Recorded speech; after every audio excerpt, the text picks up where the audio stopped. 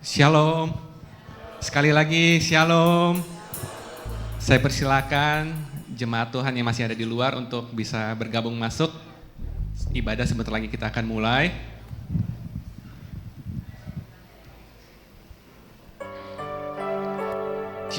Puji syukur kita panjatkan kepada Tuhan Yesus. Hari ini kita bisa berbahagia berkumpul di tempat ini. Saya percaya itu semua karena kasih karunia Tuhan. Amin Bapak Ibu Saudara. Mari kita persiapkan hati kita. Kita mau datang untuk menyembah Dia. Karena hanya Dialah yang layak kita sembah. Terima kasih Tuhan Yesus.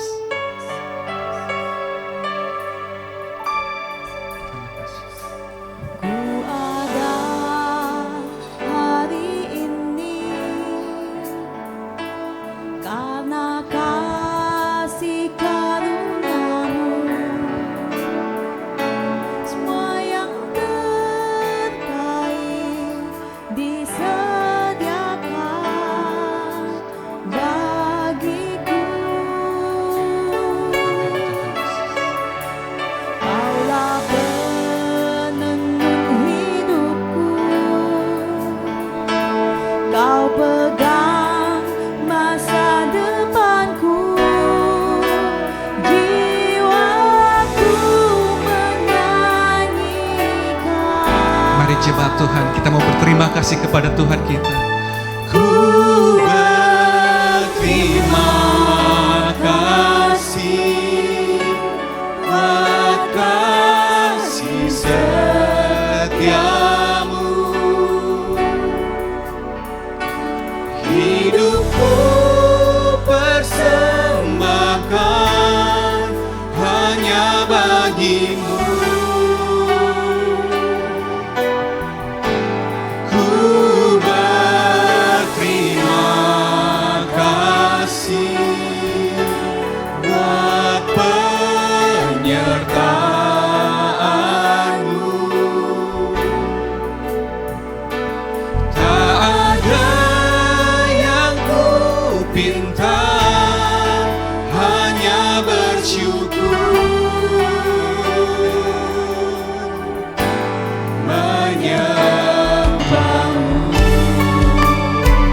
Kami ada hari ini Tuhan, semua karena kasih karunia-Mu. Hari ini karena kasih karunia-Mu, semua yang terbaik disediakan bagiku. Kau menenun hidup kami Tuhan. Kaulah penenun hidupku. Kau pegang masa depanku. Jiwaku menyanyikan.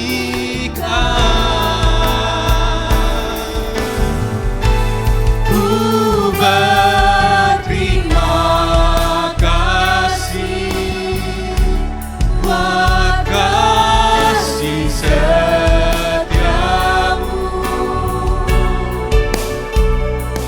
Hidupku persembahkan hanya bagimu.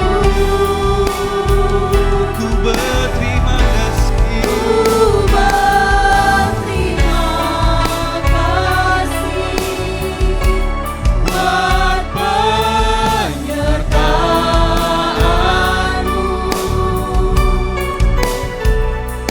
Tak ada yang ku minta, hanya bersyukur.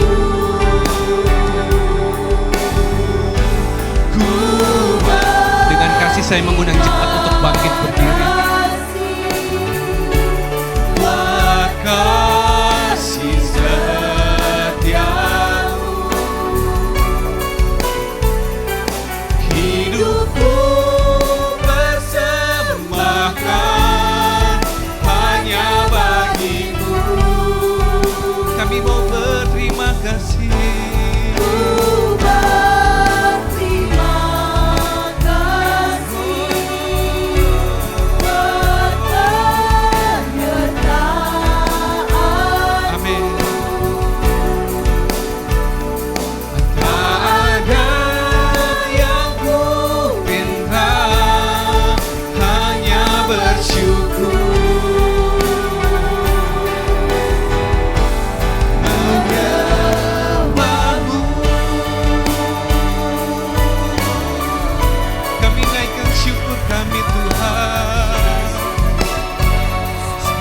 karena kasih karunia-Mu. Kau telah menyelamatkan kami Tuhan.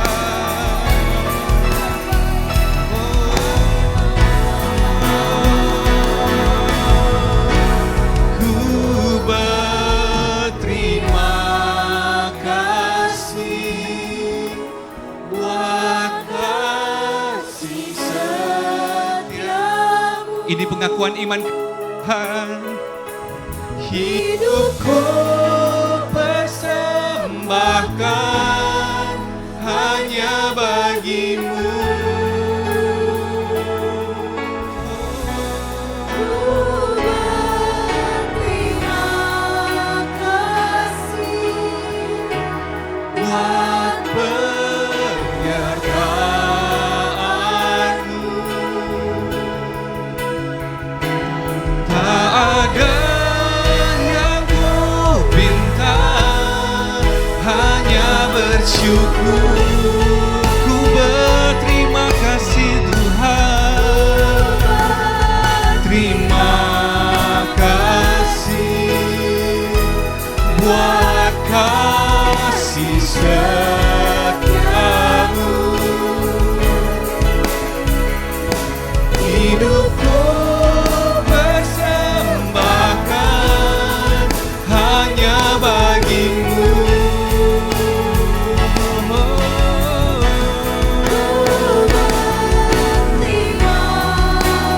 Terima kasih Tuhan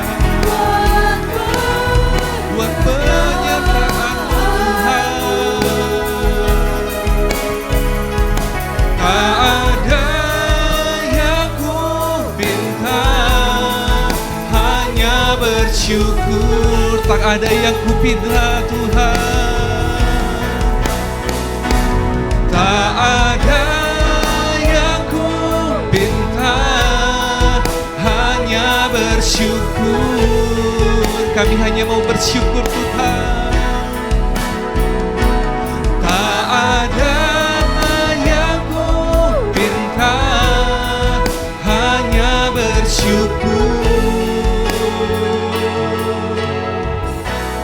Menyembah-Mu. Segala kemuliaan bagi-Mu Tuhan. Terima kasih Bapa. Terima kasih Yesus. Terima kasih Roh Kudus. Kalau bukan karena penyertaan-Mu Tuhan, kami tidak bisa sampai hari ini Tuhan. Kau yang memegang tangan kami Tuhan. Oh, Yesus Kristus Tuhan. Kaulah pemilik hidup kami Tuhan. Tiada Allah yang seperti-Mu Tuhan. Sungguh besar kasih-Mu Tuhan. Kami tidak tahu Tuhan dengan apa yang kami balas Tuhan. Terima kasih Tuhan Yesus. Oh Yesus Tuhan. Kami bersyukur. Terima kasih Tuhan. Mari jemaat Tuhan sama-sama kita mau katakan,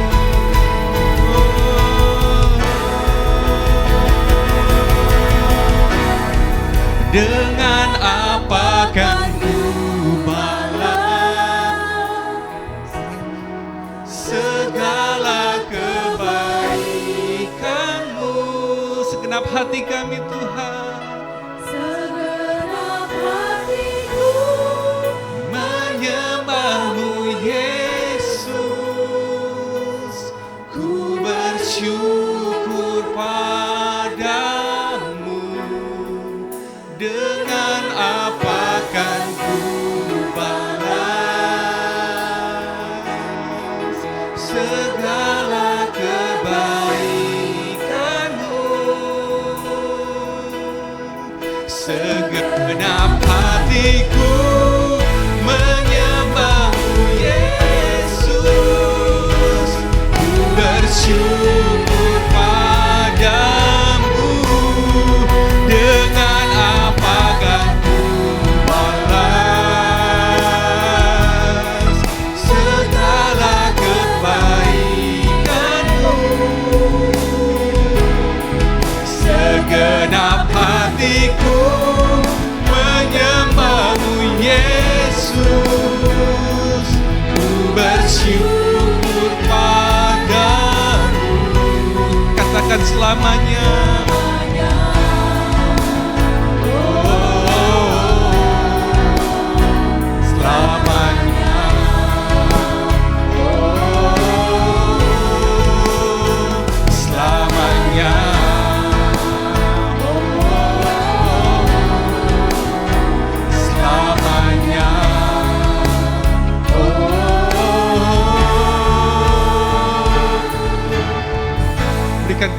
yang paling meriah bagi Tuhan kita. Dengan kasih saya mengundang Ibu Lilik.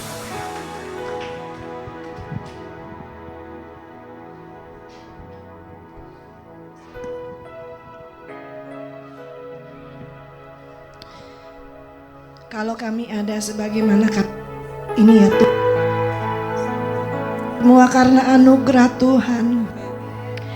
Saat kami berkumpul di tempat ini Tuhan, Roh-Mu bekerja atas kami Tuhan.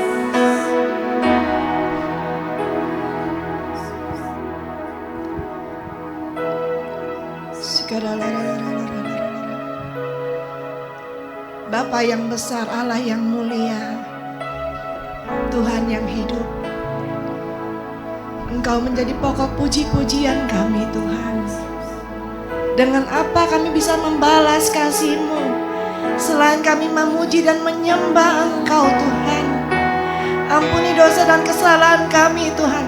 Setiap kami yang datang mendekat kepadamu, kami percaya Tuhan, di dalam hadirat-Mu ada sukacita, ada kelepasan, ada kekuatan, ada kesembuhan Tuhan.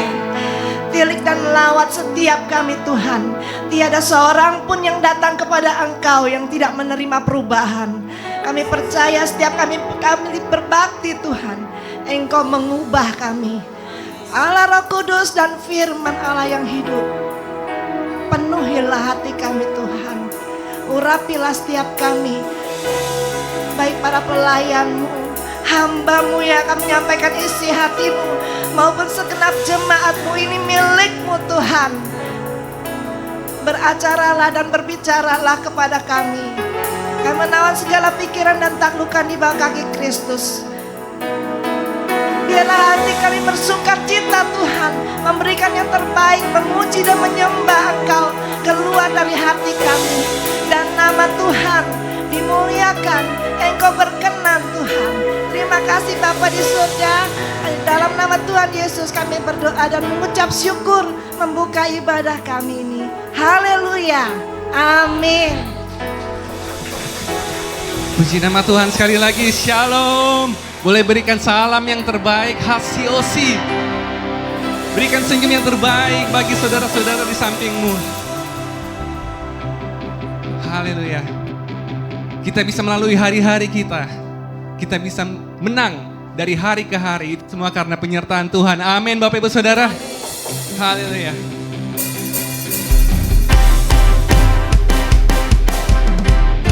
Mari tepuk tangan di atas kepala yuk.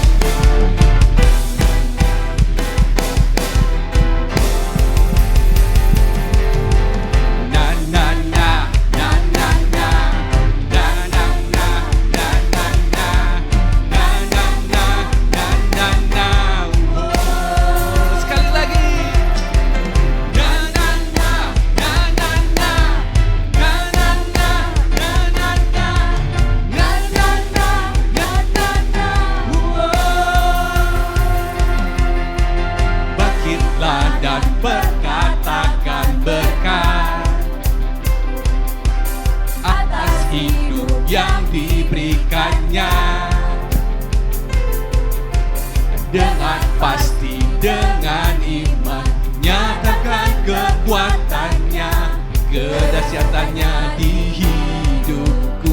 Mari bangkit bersama. Bangkitlah dan berkatakan berkat atas hidup yang diberikannya. Dengan pasti, dengan katakan kedahsyatannya. Sekali katakan kedahsyatannya. Kedahsyatannya di hidupku. Imanku berkata, Tuhanku hebat. Kata siapa? Yesusku berkata, ku kuat melangkah bersamanya. Mari memuji, ku memuji, ku berkata.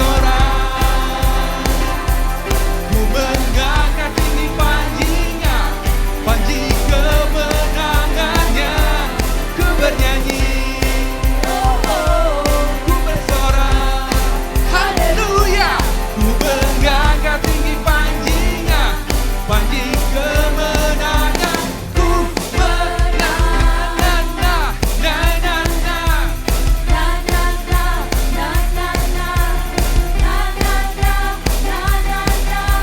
Mari CLC kita mau bangkit. Bangkitlah dan berkatakan berkat atas hidup yang diberikannya. Dengan pasti, dengan iman, Nyatakan kekuatannya, kedahsyatannya di hidupku. Katakan kedahsyatannya, kedahsyatannya di hidupku. Dengan imanku berkata, Tuhanku hebat, Yesusku berkata, ku kuat melangkah bersama Dia. Mari angkat tanganmu, ku memuji, ku bersorak, ku mengangkat tinggi panjinya, panji kemenangannya. Ku bernyanyi, ku bersorak, haleluya. Ku mengangkat tinggi panjinya, panji kemenangan. Ku menang. Mari tepuk tangan di atas kepala yuk.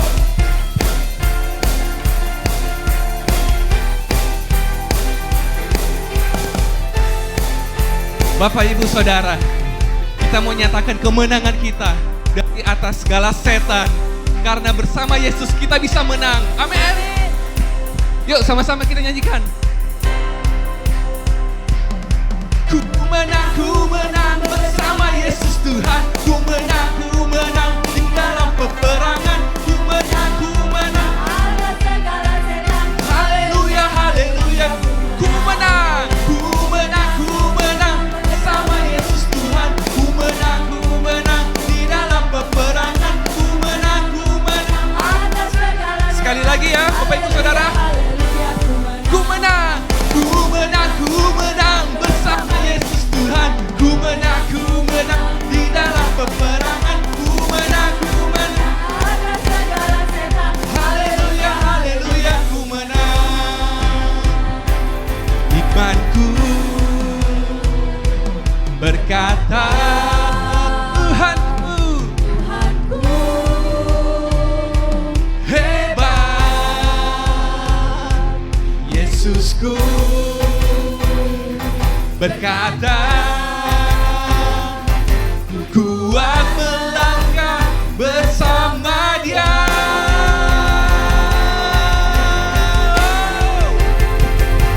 Ku memuji, ku bersorak, ku mengangkat tinggi panjinya, panji kemenangannya. Ku bernyanyi, bersorak, haleluya. Ku mengangkat tinggi panjinya, panji kemenangan. Ku menang.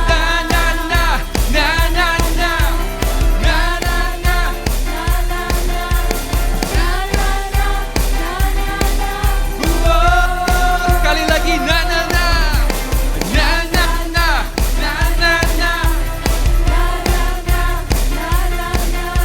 sama-sama kita katakan, ku menang. Ku menang. Berikan kemuliaan bagi Tuhan kita. Haleluya. Saya melihat wajah-wajah yang penuh sukacita. Mari kita rayakan kasih Tuhan dalam hidup kita. Haleluya.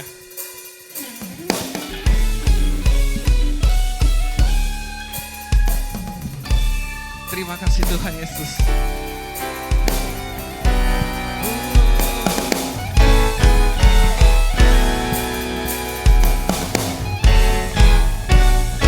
Yuk, mari tepuk tangan di atas kepala yuk. Katakan Tuhan baik. Tuhan baik dalam hidupku. selalu setia di sepanjang hidupku. Nyatalah perbuatanmu, Kaulah sukacita. Katakan Tuhan baik, Tuhan baik. Di dalam hidupku selalu setia di sepanjang hidupku. Nyatalah perbuatanmu, Kaulah sukacitaku. Haleluya, ku bersorak, Tuhanku luar biasa.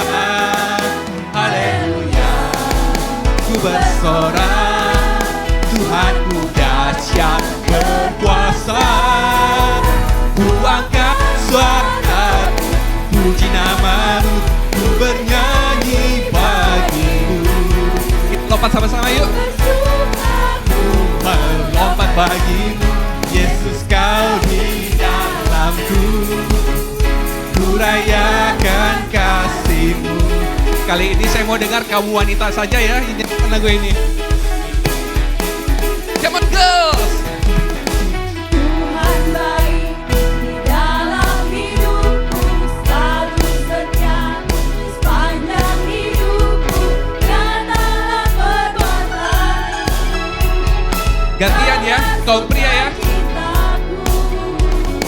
Tuhan baik, di dalam hidupku selalu setia, di sepanjang hidupku nyatalah perbuatan-Mu. Kaulah sukacitaku. Katakan haleluya.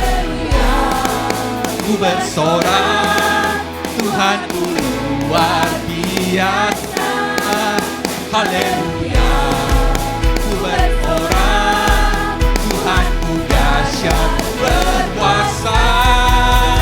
Ku angkat suara, puji nama-Mu, ku bernyanyi bagimu. Sama-sama kita mau lompat.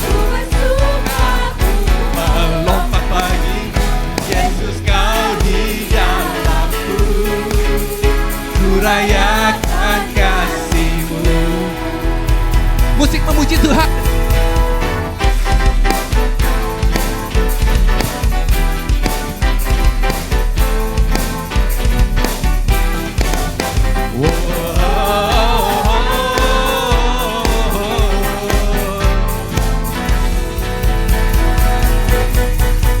Ku angkat suaraku, puji nama-Mu, ku bernyanyi bagimu. Ku bersuka, ku melompat bagimu, Yesus Kau di dalamku. Ku rayakan kasih-Mu. Ku bernyanyi, ku menyanyi bagimu. Ku bersuka, ku melompat bagimu, Yesus Kau di dalamku. Ku rayakan kasih-Mu. Haleluya, haleluya, oh, oh, haleluya, haleluya, haleluya. Berikan sorak-sorai bagi Tuhan kita. Seluruh jemaat Tuhan, saya persilakan untuk kembali duduk.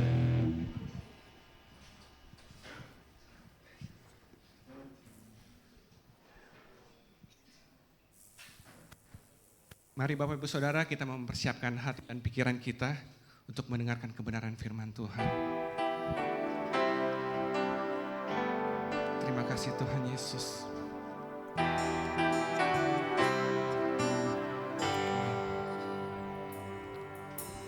Jujur kadang ku tak sanggup menghadapi semua bebanku,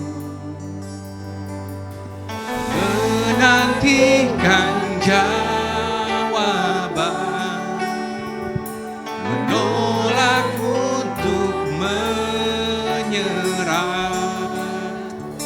Ku tahu Kau Tuhan yang sanggup, hanya Dia penolong kita, menolong dalam sesatku. Namun meskipun kau teluh, kan tetap menyembahmu. Ku kan bernyanyi sampai jiwaku percaya, sampai hatiku mendengar lagu pengharapan.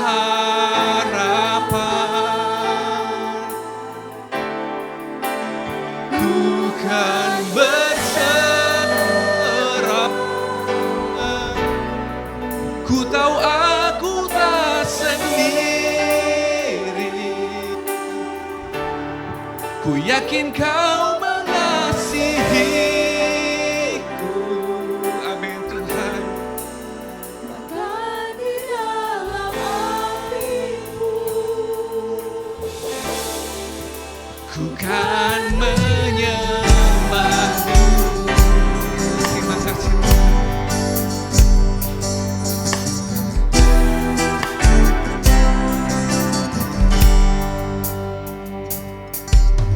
Jujur kadang aku lalai, bersandar pada kekuatanmu. Di dalam kelemahanku sempurnalah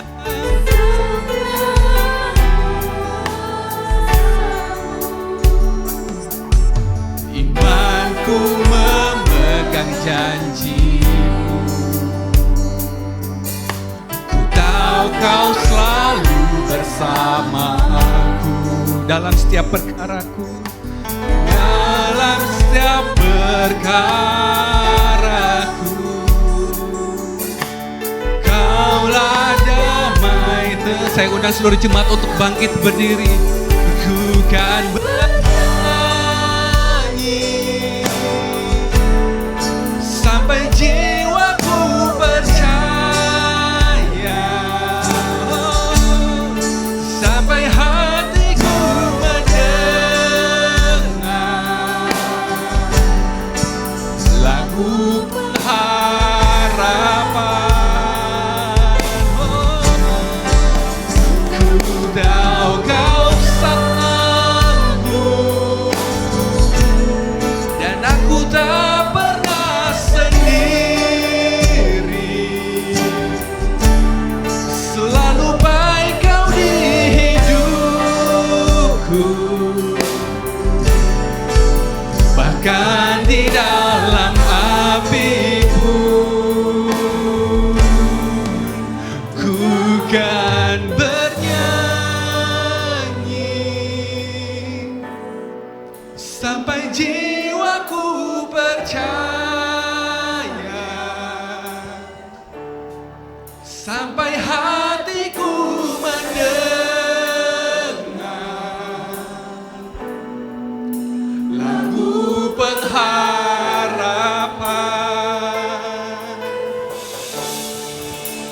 Ku tahu kau sanggup, dan aku tak pernah sendiri. Terlalu baik kau di hidupku, bahkan di dalam api pun. Kami mau menyembah-Mu Tuhan. Ku kan menyembah-Mu, bahkan di dalam api pun, bahkan di dalam api pun. Ku kan menyembah-Mu. Terima kasih Tuhan.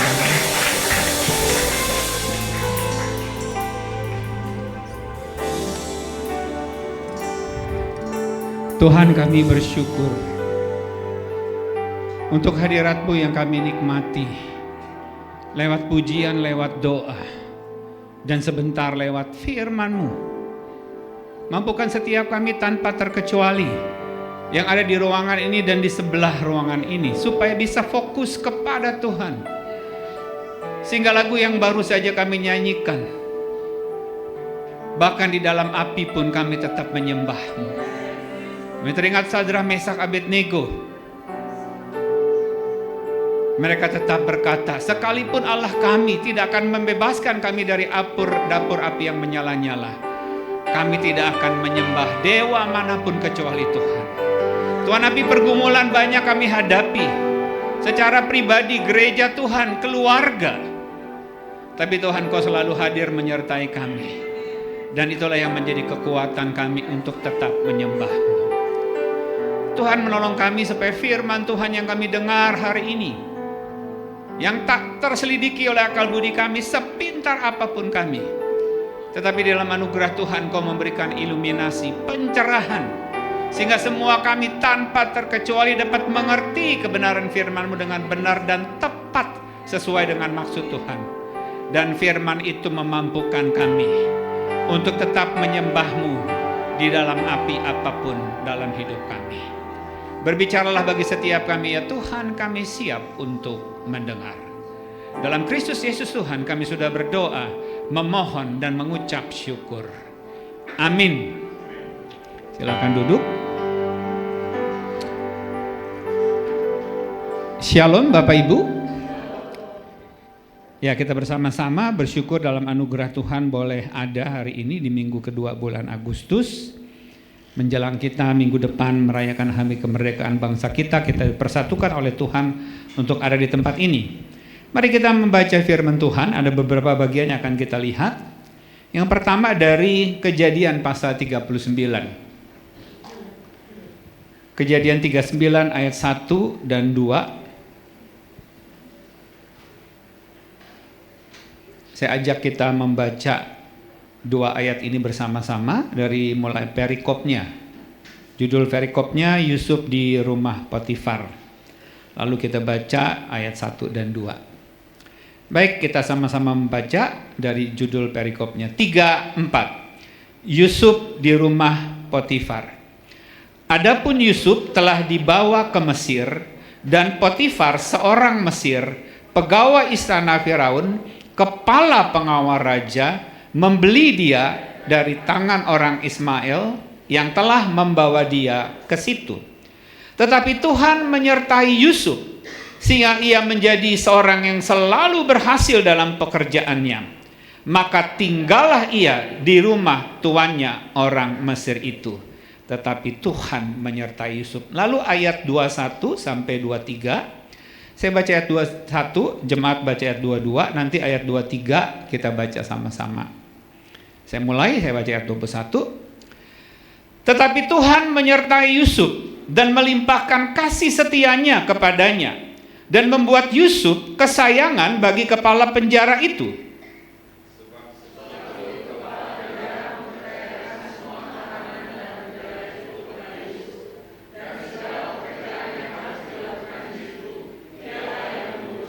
Ayat 23, 3, 4.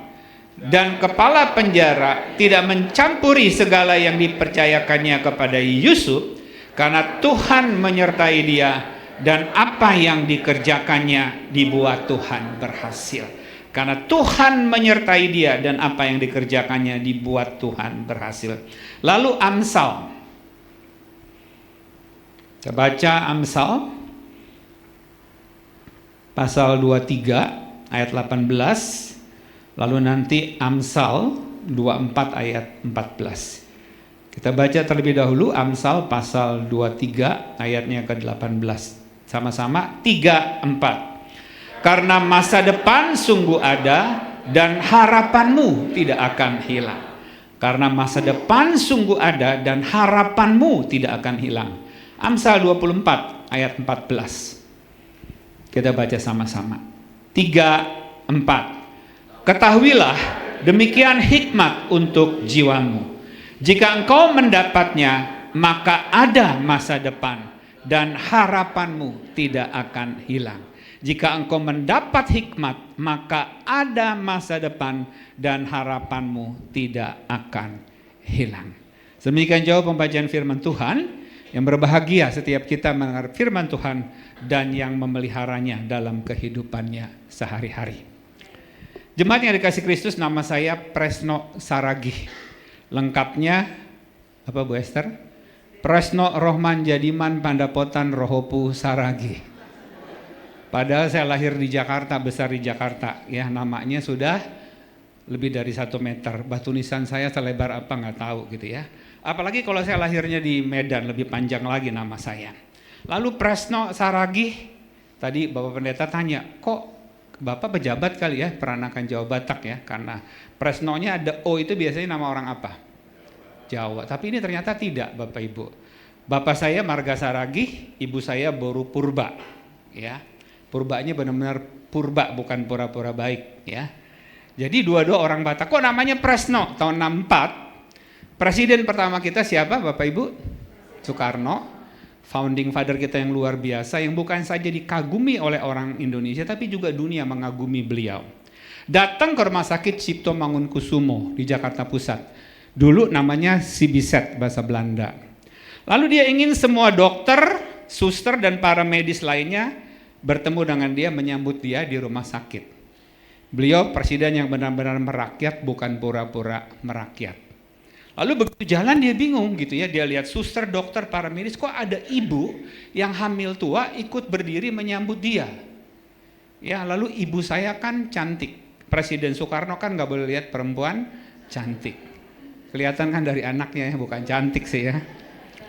Lalu dia dekati ibu saya, lalu dia pegang perut ibu saya. Ini benar-benar terjadi Bapak Ibu, bukan lagi stand up comedy. Lalu Bung Karno bilang gini, Bu, nanti kalau anaknya perempuan namain Tresnawati. Tapi kalau laki-laki kasih nama dia Presno, singkatan dari Presiden Soekarno. Tepuk tangan untuk nama saya yang ajaib.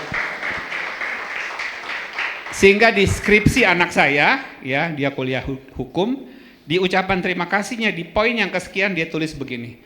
Terima kasih Bung Karno karena sudah memberikan nama kepada papa saya Presno. Itu sebabnya ya setiap kali saya menjadi pembina upacara di hari kemerdekaan, saya pasti menghafal salah satu pidato Bung Karno dan melafalkannya tanpa teks ya, dengan berapi-api, kadang-kadang sampai ngebul asap di sini ya, untuk melafalkan pidato dari Bung Karno karena saya pengagum beliau. Tapi beliau istrinya banyak, saya cuma satu, baru Syahaan ya, 1 orang, anak saya 2 laki-laki, Hizkia dan Aletinos. Baik, Bapak Ibu saudara-saudara yang kasih Tuhan Yesus Kristus, saya punya adik yang dulunya bandelnya luar biasa, bukan cuma bandel, jahat. Keluar masuk penjara, ya, berantem, pukul orang, tusuk orang, suka ambil uang di rumah karena terlibat narkoba sejak umur 13 tahun. Dimulai dari abangnya, waktu saya umur 9 tahun saya sudah isep rokok.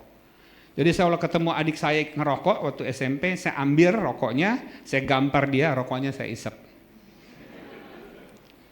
SMP kelas 1 saya isep ganja. Ada di sekolah Kristen, sekolah yang baik, suka minta izin ke WC, bilang mau ke toilet, tapi di toilet saya isep ganja. Tukang berantem, saya belajar karate dari karateka nasional, waktu itu namanya Frederick Abels. Berantem ditusuk, luka. Akhirnya saya belajar ilmu-ilmu kebal. Dibacok nggak mempan, hanya seperti kena sapu lidi. Tapi dikelitikin geli juga Bapak Ibu ya. Jadi gak bisa mati dibacok, tapi bisa mati dikelitikin selama 2 jam, ketawa terus lama-lama mati gitu ya. Tapi puji Tuhan, tahun 82 bulan Januari Tuhan Yesus menangkap saya. Papa saya salah satu majelis pertama di gereja yang namanya GKPS, Gereja Kristen Protestan Simalungun, Batak Simalungun. Bapak saya majelis, anaknya juga majelis, manusia jelmaan iblis. Hidup kacau. Lalu saya ingin berubah tapi nggak bisa. Saya berjuang untuk berubah tapi tidak mampu, dosa menguasai saya. Tapi Januari 1982 saya buka hati. Roh Kudus bekerja menjamah saya. Saya berkata, Tuhan Yesus, saya buka pintu hati saya. Masuklah ke dalam hatiku menjadi Tuhan dan Juru Selamatku.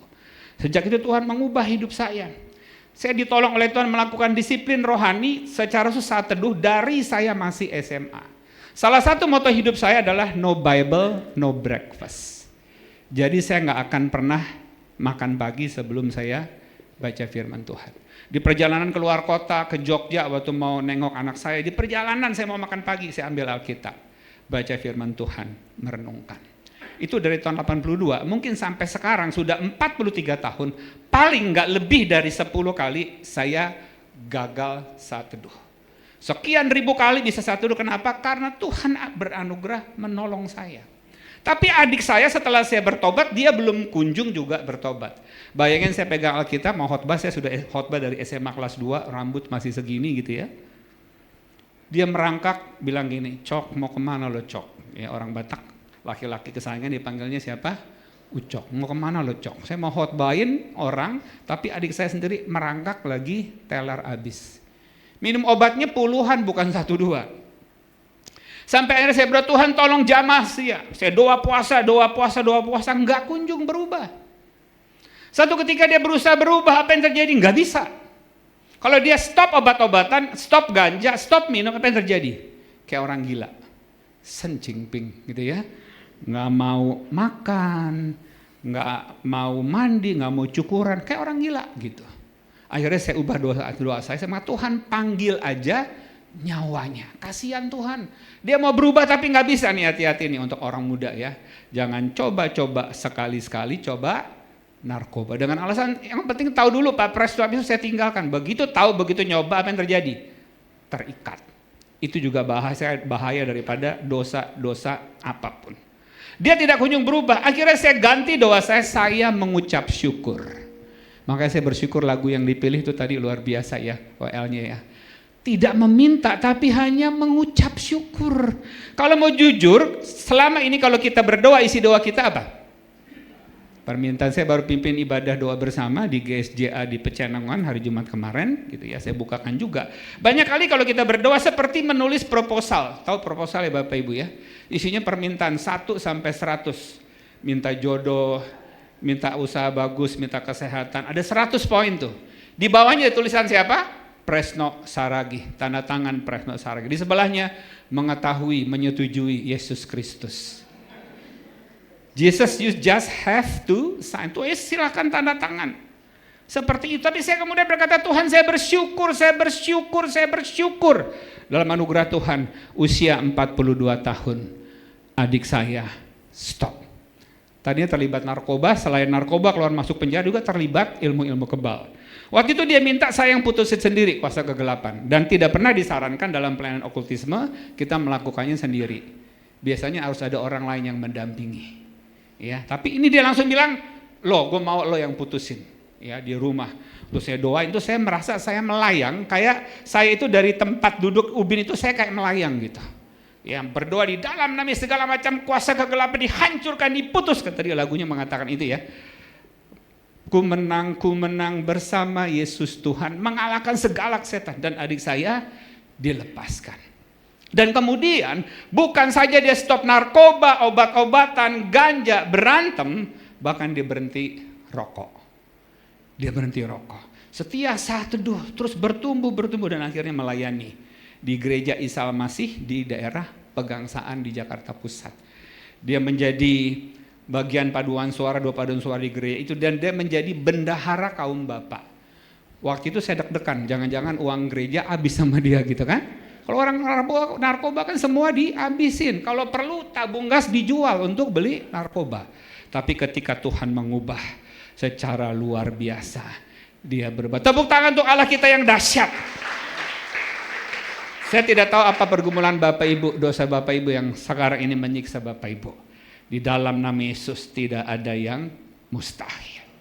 Tadinya sepertinya tidak ada pengharapan, ada misteri di situ dalam kehidupan saya dan keluarga.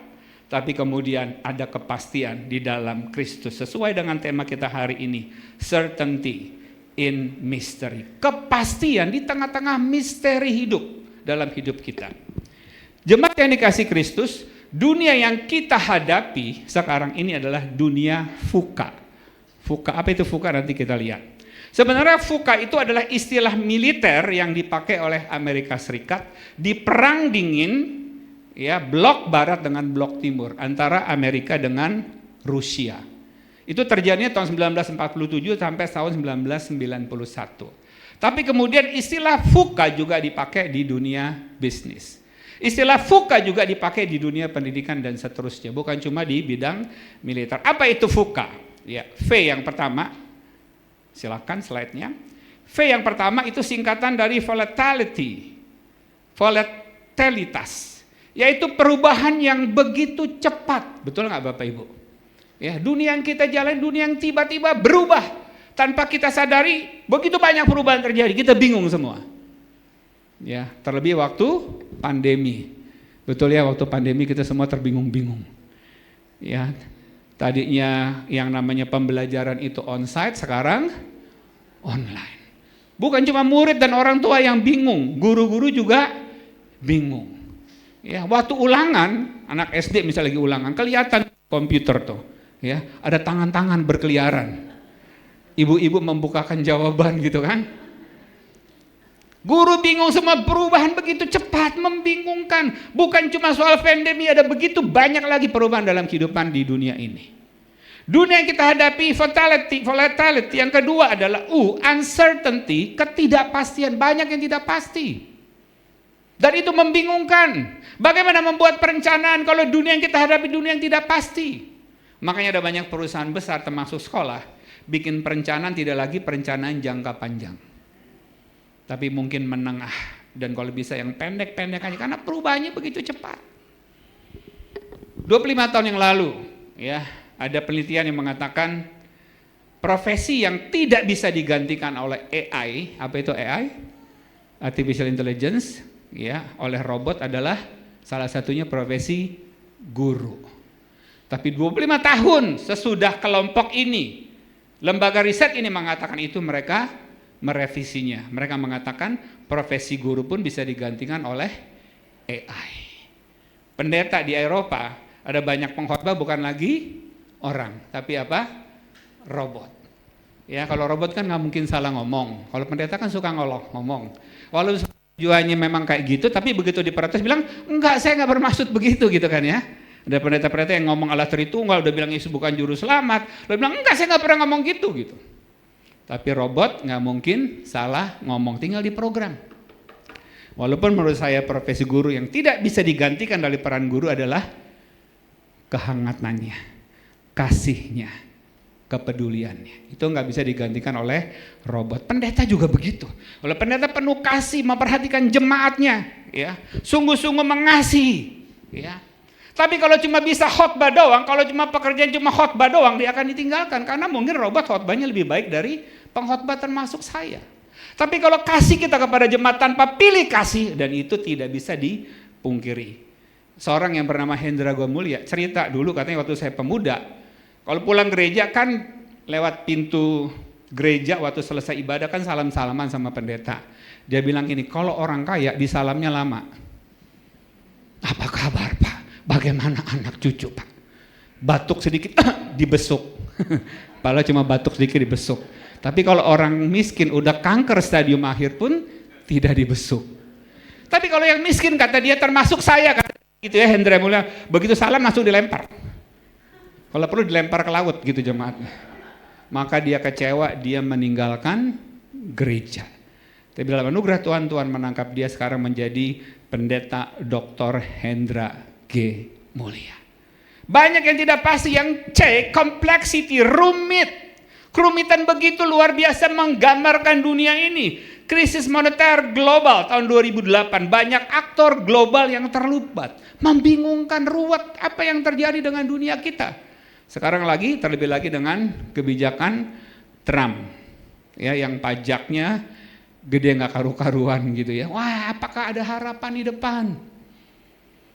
Lalu A, ambiguity, ambigu, sulit dia prediksi, sulit dipahami. Ini dunia yang kita hadapi. Apa yang harus kita lakukan terhadap dunia yang seperti ini? Next slide. Ya, itu ada gambar, ada foto. Yang paling kanan yang pakai batik, yang orang Indonesia, itu mantan murid saya, namanya Silas Hosea. Ya, waktu saya datang ke IPK, jadi kepala sekolah di IPK Puri, ini anak baru tinggal kelas dan merasa tidak punya pengharapan dalam hidup IPK Puri waktu itu ya. Lalu adiknya masuk, adiknya lebih pintar dari dia, makin merasa tersudut. Ya merasa, wah saya nggak punya pengharapan, saya nggak punya pengharapan. Lalu saya lihat dia pintar main keyboard gitu. Lalu saya bikinlah ibadah pakai band. Walaupun masa itu sekolah IPK nggak boleh pakai band gitu ya. Tapi karena Presno Saragi suka ngelawan, suka kurang ajar menghadapi atasan, saya bikin band. Dan dia termasuk yang main keyboard. Ternyata waktu dia main musik di ibadah, itu menimbulkan percaya diri dalam hidupnya. Kalau saya khotbah kemana-kemana, saya ajak dia untuk main musik gitu. Dan Tuhan mengubah hidup dia. Dan apa yang terjadi kemudian dia kuliah di Amerika, ya, dan kemudian ya menjadi orang yang sukses mengasihi Tuhan, melayani Tuhan. Jadi kalau ada tamu pergi ke sana, ke luar negeri itu, ke Amerika itu, akan ketemu salah satunya di San Francisco dengan murid saya ini, namanya Silas Hosea. Dia dan istri dan 2 anaknya melayani di gereja, main musik, dia jadi majelis dan seterusnya. Secara karir Tuhan juga berkati. Padahal tadinya sepertinya tidak ada pengharapan, anak tinggal kelas mau jadi apa. Tapi di dalam Tuhan ya ada pengharapan, ada kepastian yang luar biasa. Amin. Apa kunci masa depan yang cerah di tengah-tengah dunia yang VUCA ini? Ada orang mengatakan IBM. Next slide. IBM adalah kunci masa depan cerah termasuk menghadapi VUCA. Apa itu I-nya? I-nya intellectuality. Ya, jadi kalau anak kita pinter, dia punya masa depan cerah.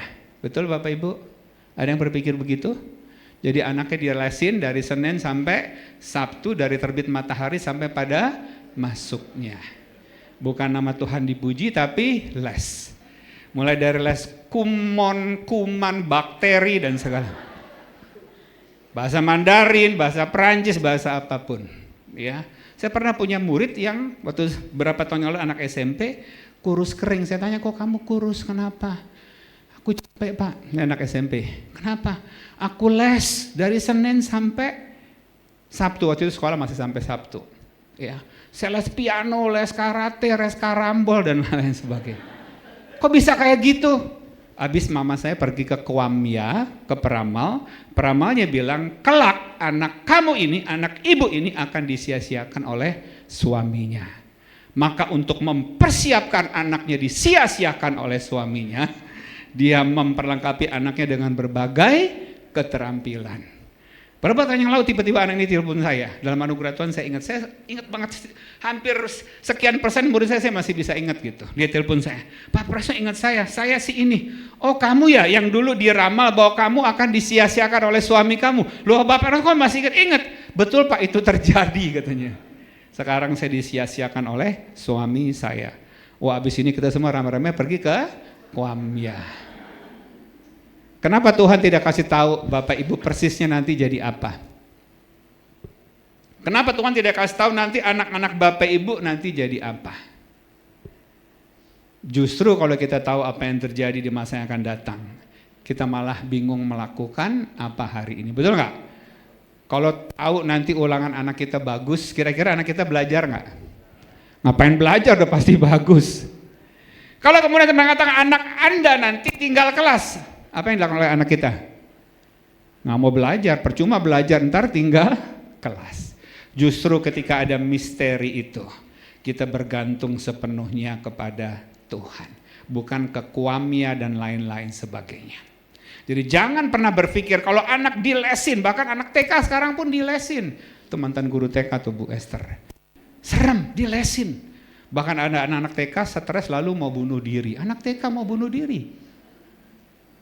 Nggak tahu cara bunuh dirinya apa tuh, gantung diri di pohon toge kali ya. Namanya anak TK, ngerti nggak ngerti gitu. Ada seorang anak umur 17 tahun, remaja orang Jerman, laki-laki. Kalau umur 17 tahun kira-kira kalau sekolah kelas berapa Bapak Ibu, saudara yang kasih? SMA kelas 11, kelas 12 ya. Tapi anak ini 17 tahun profesor doktor. Pinter banget. Ya, mungkin doktornya selesai dalam waktu 6 bulan kali. Ya. S1-nya mungkin cuma beberapa minggu selesai. Ya, SMP-nya mungkin baru daftar langsung lulus gitu.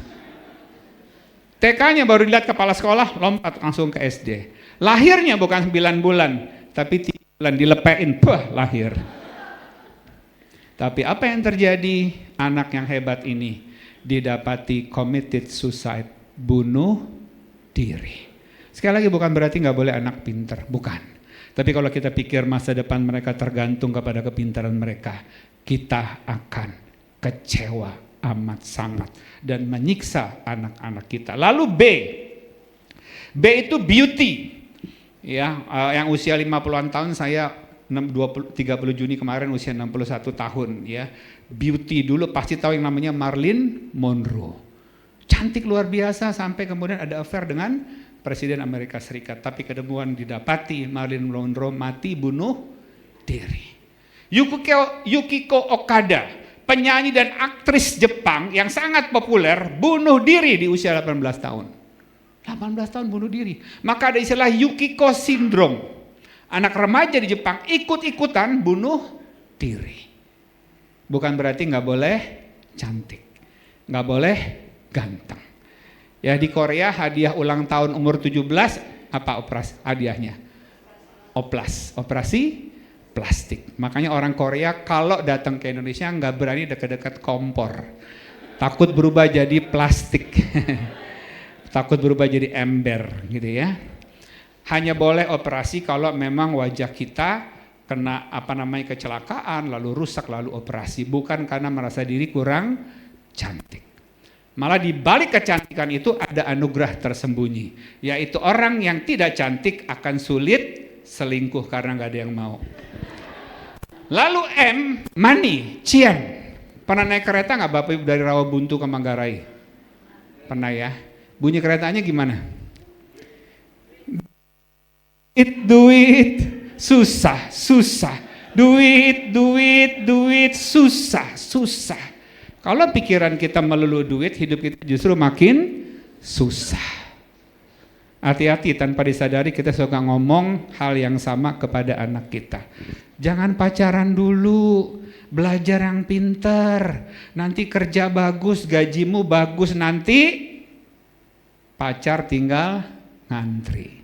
Tanpa kita sadari kita sedang mengajarkan money is everything, uang segalanya.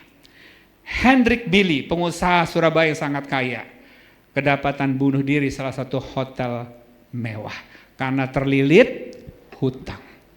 Berapa sih gaji yang cukup Bapak Ibu saudara yang kekasih per bulannya? Berapa gaji yang cukup? Relatif ya. Ada orang bilang, nah kalau gaji saya 5 juta baru cukup. Sekarang baru 4,5 juta. Begitu 5 juta cukup nggak? Oh nanti kalau gaji saya 10 juta baru cukup. Begitu 10 juta cukup nggak? Gajinya Direktur Pertamina yang korupsi yang lalu itu berapa? Puluhan miliar ya Pak ya? Iya. Tapi bisa korupsi sebanyak 170 triliun. Marga Siahaan lagi sama dengan marganya istri saya. Tapi sorry saya nggak dapat 1 M pun saya nggak dapat Bapak Ibu. 1 ember Pertamax pun saya nggak dapat gitu ya, walaupun sama-sama Siahaan. Tapi nggak cukup. Bahasa Inggris bilang enough is, cukup is, enough is a little bit more. Cukup itu artinya kurang sedikit lagi. Nggak pernah ada kata cukup. Tapi di dalam Tuhan kita akan merasakan semuanya cukup, bahkan bukan cukup tapi berkelimpahan. Coba jalin dalam kehidupan iman Bapak Ibu, akan alami. Saya dulu pertama kali jadi guru tahun 86. Gaji saya 57.600. Gaji orang lain 500.000. Hampir 9 atau 10 kali lipat dari gaji saya. Tapi Tuhan katakan cukup. Saya pindah tempat lagi, kerja di tempat lain, jadi kepala sekolah, berapapun cukup. Artinya di dalam Tuhan kalau kita mau berpada pada dengan ucapan syukur kita terima, maka akan cukup. Tapi berapapun gaji kita, kalau tidak ada pengucapan syukur, berapapun tidak cukup. Maka kemudian itu yang terjadi, terlilit utang, ujung-ujungnya bunuh diri. Lebih lanjut, apa yang harus kita lakukan menghadapi tantangan hidup kita di tengah-tengah dunia yang mengerikan seperti hari ini? Ada sebuah penelitian di Amerika di tahun 2000-an awal, 2001-2002, ya, ada survei yang menanyakan begini. Kalau kamu diberi uang 1 miliar rupiah tahun 2001 ya, 2002 itu nilainya sangat tinggi. Lalu kamu harus menggantikannya dengan sesuatu, apa yang mau kamu berikan? Silakan next slide. Ya. Yang pertama, mengizinkan anakmu diadopsi, lalu dapat 1 miliar. Yang kedua, jadi pelacur 1 minggu. Yang ketiga, tinggalkan Tuhan, gereja dan gerejamu. Yang keempat, ganti jenis kelaminmu. Ya, padahal waktu itu LGBT belum ngetop seperti sekarang. Yang kelima, berikan orang yang kau kasih kepada orang lain. Yang keenam, bunuh orang asing. Yang ketujuh, tinggalkan keluargamu. Boleh milih lebih dari 1. Ya, akan dikasih 1 miliar, tetapi kamu harus melakukan sesuatu. Pilih dari 1 sampai 7 ini. Dan ternyata semuanya ada yang pilih. Dari 7% sampai 25%. Kira-kira bisa tebak gak? Mana yang 25% dipilih? Yang menyedihkan adalah tinggalkan Tuhan dan gereja. Uang 1 miliar lebih penting dari Tuhan dan gereja. Waktu bicara gereja ini tentang anak-anak Tuhan nih. Oikos kalau nggak salah artinya lingkungan ya Pak ya. Di sekitar. Keluarga, ya, tubuh Kristus, tinggalkan. Padahal iman bertemu tadi, ibu tadi yang berdoa pembukaan itu luar biasa ya. Saya rasa ini doanya menggambarkan ibu itu punya persekutuan yang intim dengan Tuhan. Dia doanya mengatakan supaya Roh Kudus dan firman yang mengubah kami. Ada 3, yang ketiga yang mengubah kita apa? Sesama anggota tubuh Kristus ini saling menguatkan. Makanya kalau orang berkata begini, Pak saya nggak perlu ke gereja Pak, saya di rumah aja juga bisa ke gereja. Siapa yang kamu ubah dan siapa yang mengubah kamu? Cuma firman sama Roh Kudus. Tetapi sesama anak Tuhan yang butuh kamu ubah dan yang butuh membentuk kamu tidak kamu dapati karena kamu gerejanya di rumah cuma online. Itu hanya untuk orang yang sakit, yang nggak bisa pergi ke gereja. Ya, ini orang tinggalkan Tuhan dan gereja ada 25% yang pilih. Kenapa bisa seperti itu? Karena manusia sudah jatuh ke dalam dosa. Pada tujuan Allah menciptakan manusia adalah kita bisa menikmati Tuhan dan menyukakan hatinya. Menikmati Tuhan itu bukan cuma di ibadah seperti ini. Menikmati Tuhan itu bukan cuma di kegiatan-kegiatan gerejawi. Tapi menikmati Tuhan itu di pekerjaan juga kita menikmati Tuhan. Di bisnis juga kita menikmati Tuhan. Ada orang kalau di gereja, wah rohani semua gitu ya. Kayak malaikat-malaikat gitu ya. Begitu di luar gereja masih kayak malaikat. Tapi malaikat pencabut nyawa. Ya, meres karyawan, ya, nggak kasih UMR dengan alasan macam-macam. Tapi kalau di gereja, wah luar biasa, di sini ada halo. Tapi di luar halo, ya, hidupnya jauh dari Tuhan. Harusnya menikmati Tuhan dan menyukakan hatinya. Penyebabnya adalah dosa. Apa itu dosa? Next slide. Dosa adalah segala sesuatu yang kita lakukan yang melanggar firman Allah, pikiran yang melanggar firman Tuhan Allah yang tidak sesuai dengan firman Tuhan, itulah dosa. Dampak dari dosa adalah manusia mati. Waktu Tuhan berkata kepada Adam, kalau kamu makan, kamu mati. Waktu mereka makan, mereka mati secara rohani. Mati itu juga sama dengan terpisah dari Allah. Waktu seorang jatuh dalam dosa, Adam dan Hawa jatuh dalam dosa, mereka terpisah dari Allah, mereka diusir dari Taman Eden. Waktu kita jatuh dalam dosa, yang terjadi, relasi kita dengan Allah rusak. Relasi kita dengan diri sendiri rusak. Relasi kita dengan sesama rusak. Bahkan relasi kita dengan lingkungan juga rusak, alam sekitar dan seterusnya. Itu yang terjadi.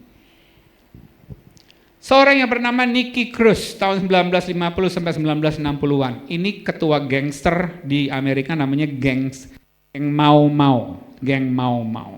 Bunuh orang dan sebagainya. Tapi kalau tidur dia selalu ditemani oleh pistol shotgun.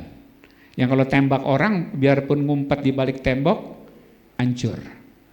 Tapi puji Tuhan pendeta David Wilkerson melayani dia, pendeta muda melayani dia, dan dia bertobat, terima Yesus. Keluar dari gangster, hidup berubah dan menjadi pengkhotbah yang Tuhan pakai luar biasa. Ya, kalau ada orang ribut sama siapa aja, kemungkinan pertama adalah dia sendiri tidak bisa menerima dirinya. Dan kalau ditelisik lebih lanjut, dia sendiri belum berdamai dengan Allah. Itu yang dikatakan terpisah dari Allah. Tidak berdamai dengan Allah, tidak berdamai dengan dirinya, tidak berdamai dengan orang lain. Tapi begitu Nicky Cruz bertobat, terima Yesus, Tuhan ubah hidup dia. Dan menjadi alat Tuhan, menjadi pemberita Injil. Apa solusi menghadapi fuka? Next slide. Yang pertama, menghadapi volatility. Coba baca salah seorang Ibrani 13 ayat 8. Silakan Ibrani 13 ayat 8 salah seorang membacakannya bagi kita semua. Menghadapi dunia yang berubah secara cepat yang membingungkan ini. Ya, kita harus bergantung kepada Tuhan yang seperti apa. Silakan Ibrani 13 ayat 8.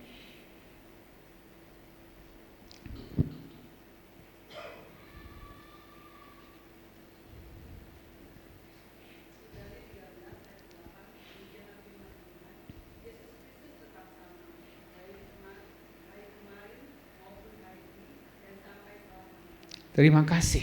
Walaupun dunia ini berubah begitu cepat dan seringkali membingungkan, kita bersyukur karena Allah kita, kasih-Nya, kuasa-Nya tidak pernah berubah. Yang kedua, menghadapi uncertainty, ketidakpastian. Silakan Amsal 3 ayat 5 dan 6. Amsal 3 ayat 5 dan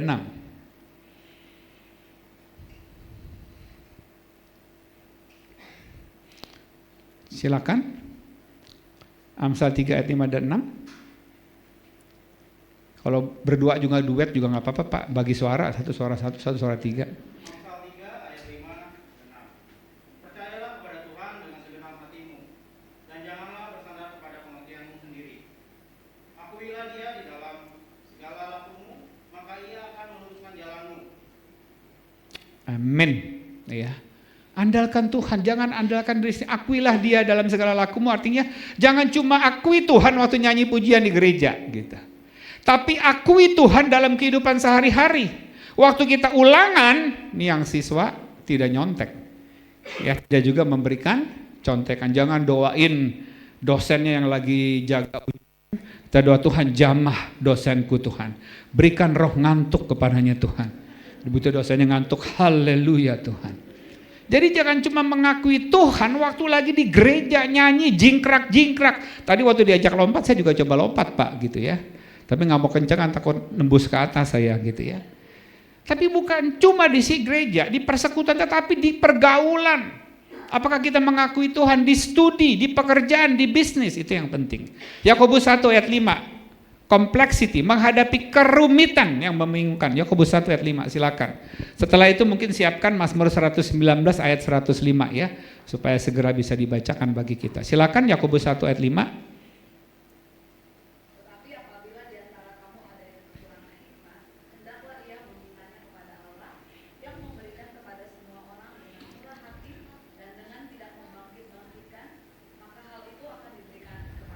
Amin, minta hikmat. Tengah hal yang membingungkan, saya mau buka bisnis apa nih? Saya punya strategi apa nih untuk hidup ini? Bagaimana cara saya untuk mendidik anak-anak saya? Minta hikmat dari Tuhan. Yang kekurangan hikmat, minta hikmat. Ambigu. Sesuatu yang membuat kita nggak ngerti, sulit dipahami, sulit diprediksi. Mazmur 119 ayat 105. Silakan.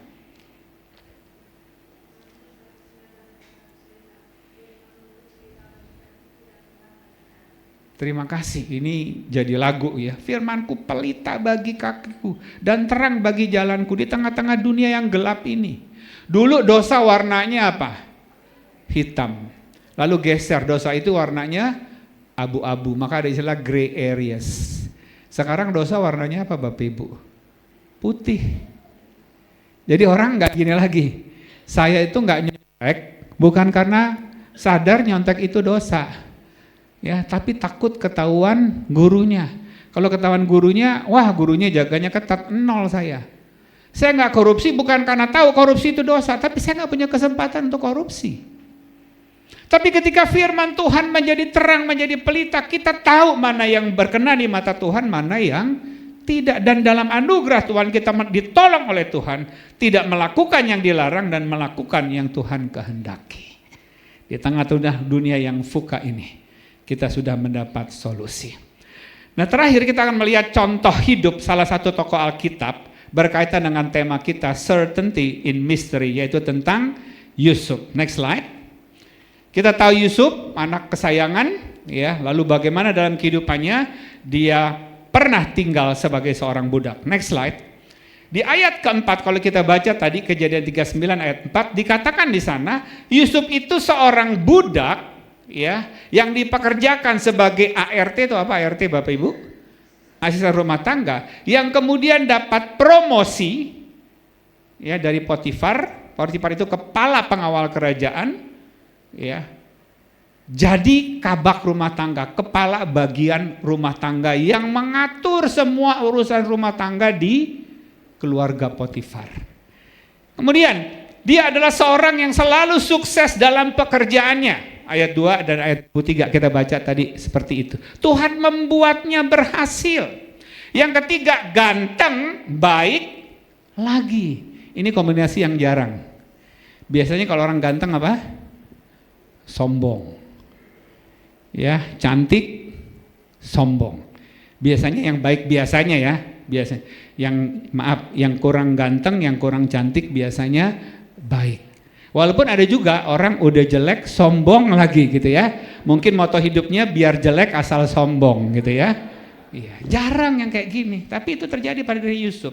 Lalu yang berikut, seorang yang loyal kepada bosnya yang di dunia dan bosnya yang di sorga. Ini singkat cerita, waktu dia diajak untuk berzinah oleh Tante Poti. Tante Poti pasti cantik ya karena istri pejabat ya. Ya mungkin operasi plastik, hidungnya mungkin mancungnya ngadap Tuhan begitu ya. Nggak ada bolong-bolong, bahkan kalau laler nempel kepleset gitu kan. Digoda oleh perempuan cantik, lalu dia mengatakan apa?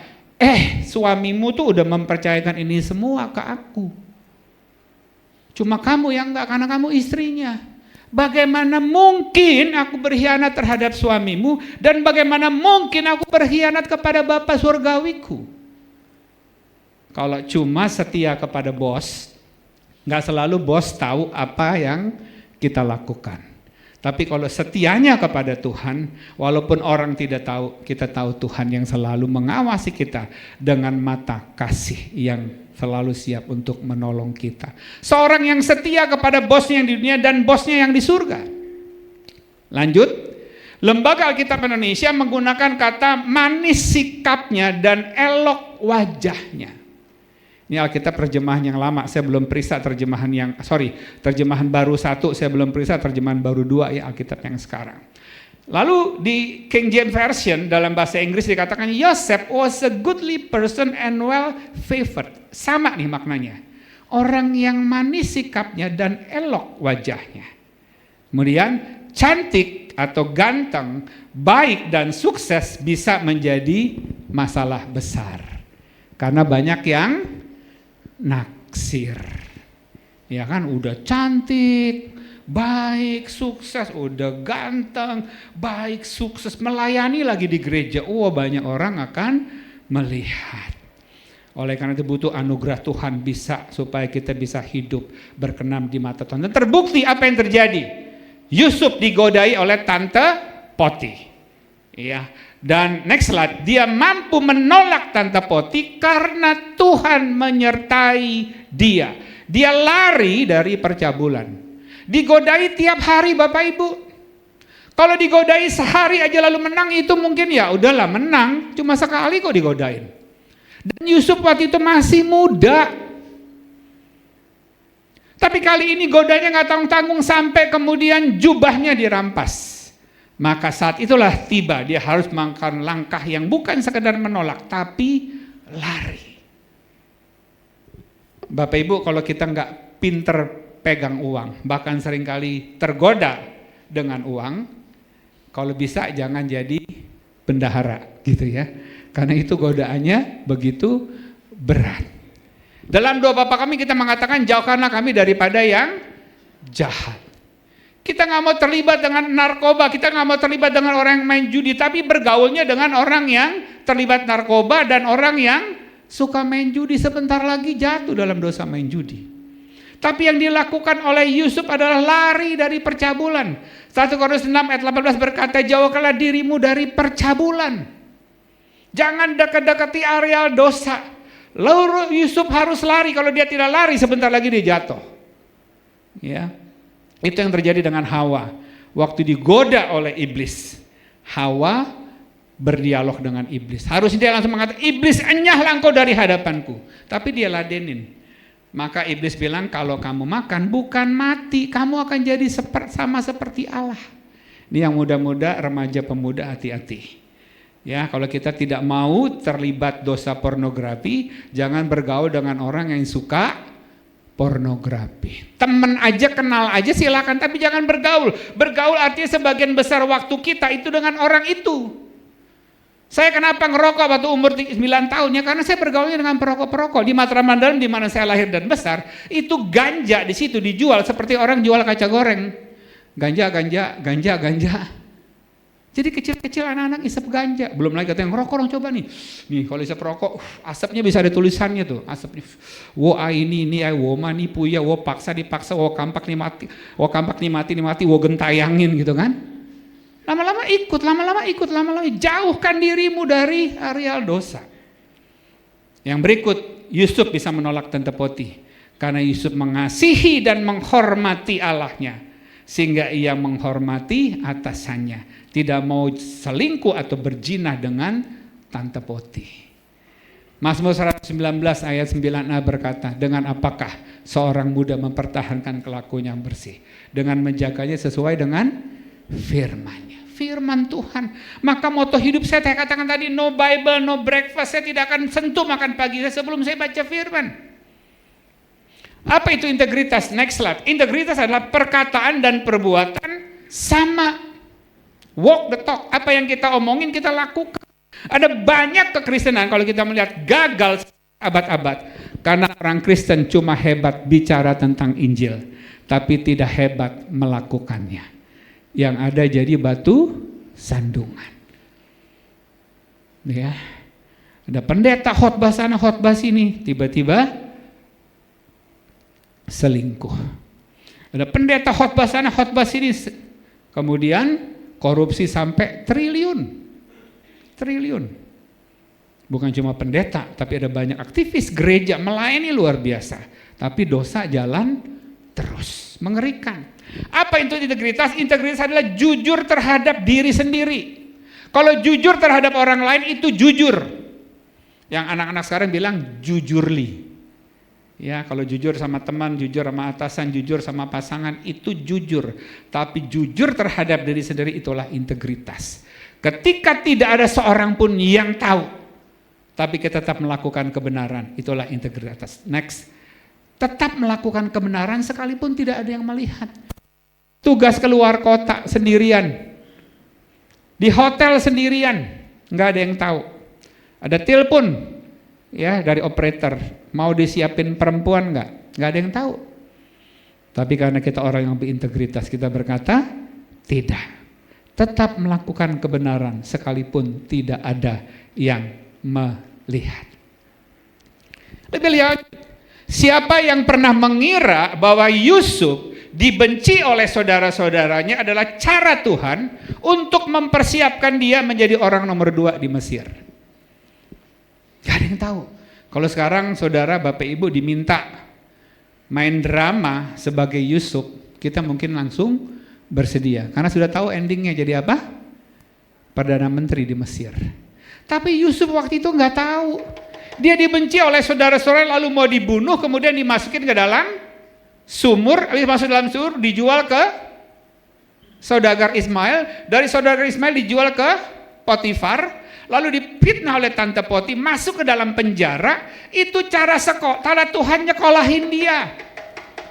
Karena di dalam penjara itu dia ketemu dengan narapidana yang adalah orang-orang kerajaan, sehingga dia belajar ilmu politik di situ karena ngobrol-ngobrol. Lalu nanti sebagai pejabat dia akan digoda oleh yang namanya perempuan. Ada 3 kata yang dihadapi oleh laki-laki. Yang pertama apa? Tahta, wanita, harta. Dia sudah berhadapan dengan Potifar dan dia menang. Itu sekolahnya dia, sekolah informalnya dia. Dia nggak tahu gitu ya. Yang ada waktu difitnah oleh saudara-saudaranya, oleh Tante Potifar, habislah masa depannya. Tetapi sekali lagi, kita tidak tahu apa yang terjadi di depan, itu misteri. Tapi ada kepastian karena Tuhan kita tidak terbatas dan penuh kasih. Amin Bapak Ibu. Sekalipun orang sekarang pada ngomong nih, nggak tahu apa yang terjadi dengan ke depan. Tiba-tiba kita punya rekening bisa tiba-tiba ada yang blokir. Kemarin seorang hamba Tuhan cerita sama saya. Tiba-tiba saya nggak bisa melakukan transaksi. Tiba-tiba ada yang blokir. Waktu minta dibuka harus keluarin duit 100.000. Padahal yang blokir bukan dia. Wah, serba tidak pasti di depan. Nanti akan banyak orang yang di PHK. Kemana masa depan kita? Tapi ada Tuhan yang sudah ada di masa depan kita. Ada Tuhan yang sudah ada di masa depan anak-anak kita. Dan itu harus kita imani. Yang terakhir, 2 poin terakhir. Rahasia Yusuf menjadi orang nomor 2 di Mesir. Yang pertama adalah karena Tuhan menyertai Yusuf. Dan itu berkali-kali diulang. Menjadi kesayangan kepala penjara karena Tuhan menyertai. Apapun yang dibuatnya berhasil karena Tuhan menyertai. Termasuk berhasil menolak bujukan Tante Potifar. Itu karena Tuhan menyertai. Anak-anak kita ke depan akan seperti apa? Tuhan menyertai. Dia berjanji dan tidak pernah ingkar janji. Yang kedua rahasianya adalah Yusuf memiliki hikmat. Yang tadi kita baca Amsal 23 ayat 18, Amsal 24 ayat 14. Milikilah hikmat maka kamu akan memiliki masa depan. Dan harapanmu tidak akan hilang. Jangan mempersiapkan masa depan anak-anak kita dengan tabungan yang miliar, ratusan miliar, triliun supaya punya masa depan. Ingat peristiwa tahun 98. Harta nggak ada gunanya waktu itu. Tapi ketika Tuhan menyertai, sekalipun ribuan orang rebah, tidak akan menimpa kita kalau Tuhan tidak izinkan. Yang terakhir, bagaimana caranya memiliki hikmat supaya tahu melangkah ke depan seperti apa? Ya, untuk kita, untuk anak cucu kita dan seterusnya. Yang pertama adalah terima Yesus sebagai Tuhan dan Juru Selamat secara pribadi. Yohanes 1:12 berkata, lihat aku, Yohanes 1:12 berkata, tetapi setiap orang yang menerima Yesus, diberinya kuasa untuk menjadi anak-anak Allah. Wahyu 3:20 mengatakan, lihat aku beri di muka pintu hati kita. Tuhan Yesus berkata, akulah jalan dan kebenaran dan hidup, tidak seorang pun sampai kepada Bapa kalau tidak melalui aku. Lalu karena kasih dan kuasa Roh Kudus kita buka hati, kita undang dia masuk dalam hati kita. Pada waktu itu yang terjadi adalah kita berdamai dengan Allah. Bukan kita yang mendamaikan diri kita dengan Allah, tapi Allah lah yang mendamaikan dirinya dengan kita. Padahal kita yang bersalah, kita yang berdosa.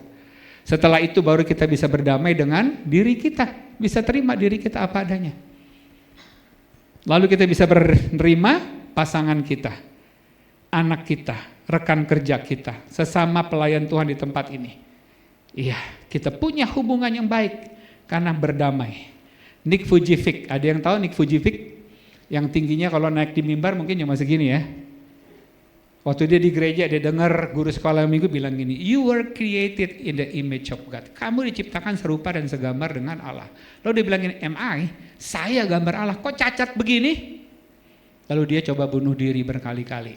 Termasuk lompat ke kolam, menggelindingkan dirinya, tapi dia tidak mati. Tapi kemudian dia dengar lagi firman Tuhan. Yesus mati untuk menebus dia dari dosa dan maut. Wah, dia lihat diri dia berharga, lalu dia terima Yesus. Dan Tuhan ubah hidupnya. Dia menjadi pengkhotbah, dia menjadi motivator, bicara kepada banyak orang. Bahkan mungkin hampir di seluruh dunia. Harusnya dia yang dimotivasi, tapi dia memotivasi banyak orang. Ketika berjumpa dengan Tuhan, hidupnya Tuhan ubah dan melihat diri dia berharga. Coba ngomong ke kiri kanan kita, katakan, Anda berharga di mata Allah. Katakan lagi, Anda seharga dari Yesus. Iya. Kalau ada di antara kita yang minder, rendah diri, ingat, kita seharga dari Yesus. Jadi sekedar masalah studi anak kita, pekerjaan, makanan, minuman, piece of cake, masalah kecil. Karena nyawanya sendiri pun, dirinya sendiri pun diberikan kepada kita. Yang kedua, milikilah persekutuan yang intim dengan Tuhan. Kejadian 6 ayat 9. Ini yang dikatakan Nuh bergaul akrab dengan Tuhan. Ya, kita akrab dengan Tuhan caranya sediakan waktu untuk doa. Di sekolah saya di mana saya ada, di Atalia dijuluki tukang ngedoain orang. Sampai hari ini mungkin udah 400-an nama saya hafal untuk saya doakan tiap hari. Dulunya pakai kertas saya tulis nama, ada di dompet atau di ujung dekat di mobil tuh. Jadi saya akan lihat waktu lagi lampu merah saya doa. Sekarang udah hafal tuh, doain. Waktu saya mendoakan orang bukan cuma orang yang didoakan yang untung, tapi sayanya juga untung karena saya makin kenal Tuhan waktu saya berdoa. Baca firman Tuhan, makin kenal Dia, makin mengasihi. Makin mengasihi Dia, kita makin ingin taat kepadanya. To know Him is to love Him is to know Him. Untuk makin mengenal Dia, cintai Dia. Untuk makin mencintai Dia, kenal Dia. Lewat apa? Persekutuan yang intim dengan Tuhan. Hari Minggu jangan tidak ke gereja, apapun yang terjadi. Yang terakhir, takut akan Tuhan. Amsal 9 ayat 10. Permulaan dari hikmat adalah takut akan Tuhan. Takut akan Tuhan artinya, saya tidak mau berbuat dosa bukan karena saya takut dihukum, tapi karena saya takut menyakiti hati Dia. Saya tidak mau berbuat dosa bukan karena saya takut tidak diberkati. Kalau nggak ke gereja nanti nggak diberkati loh. Kalau nggak pelayan nanti nggak diberkati loh. Bukan. Tapi saya mau terus beribadah dan melayani karena saya mengasihi Tuhan.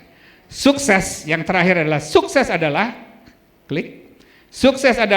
mengasihi Tuhan lewat setiap profesi yang kita kerjakan. Tuhan Yesus memberkati setiap kita. Amin. Kita tundukkan kepala, kita berdoa. Mari kita berdoa. Bapak Ibu saudara yang kekasih, apa respons kita terhadap firman Tuhan ini? Kalau hari ini kita merasa ada begitu banyak pergumulan yang membuat kita bingung,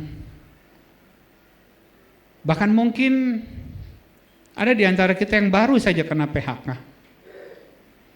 Bahkan mungkin ada di antara kita yang khawatir karena di kantor, di perusahaan di mana kita kerja, ada isu.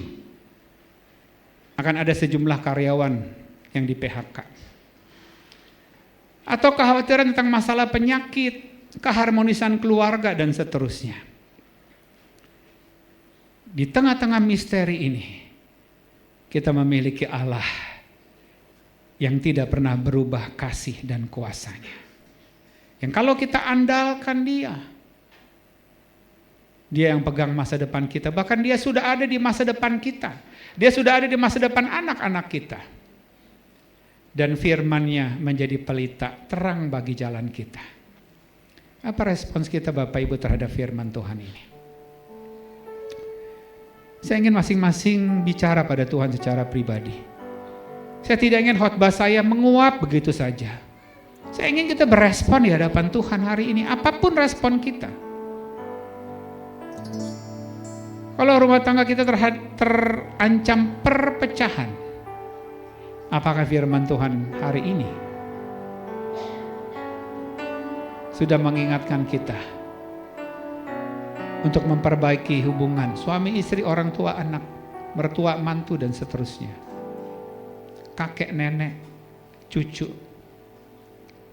Sekali lagi, kalau dia sudah menyerahkan dirinya, mati di atas kayu salib. Masalah makanan, minuman, kesehatan, pekerjaan, studi, bisnis, itu masalah kecil. Mari datang katakan pada Tuhan, Tuhan ini saya, ampuni saya kalau selama ini saya begitu khawatir. Seolah-olah kemarin saya sukses adalah karena usaha saya, karena kehebatan saya. Maka sekarang ketika saya mempertimbangkannya dengan akal budi saya jadi gentar. Padahal Engkau Tuhan yang memimpin saya di masa yang lalu sampai masa ini, bahkan sampai masa yang akan datang.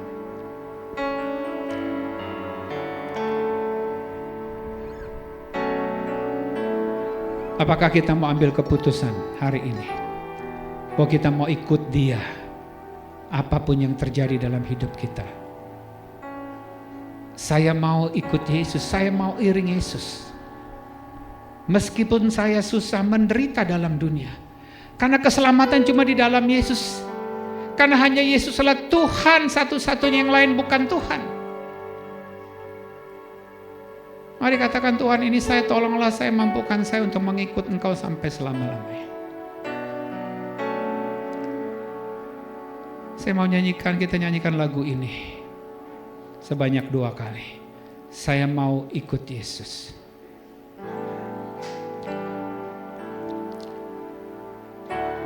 Saya mau ikut Yesus.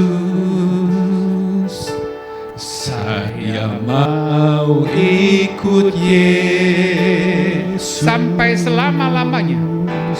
Sampai selama-lamanya. Meskipun saya susah menderita dalam dunia,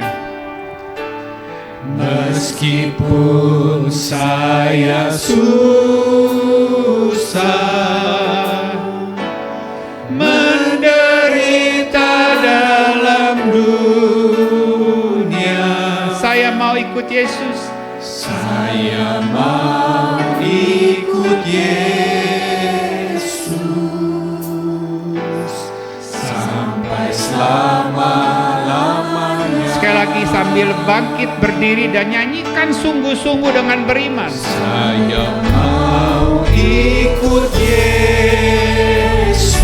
Saya mau ikut Tuhan Yesus. Saya mau ikut Yesus. Karena Engkau adalah Allah yang penuh kasih dan penuh kuasa. Sampai selama-lamanya. Meskipun saya susah menderita dalam dunia, meskipun saya susah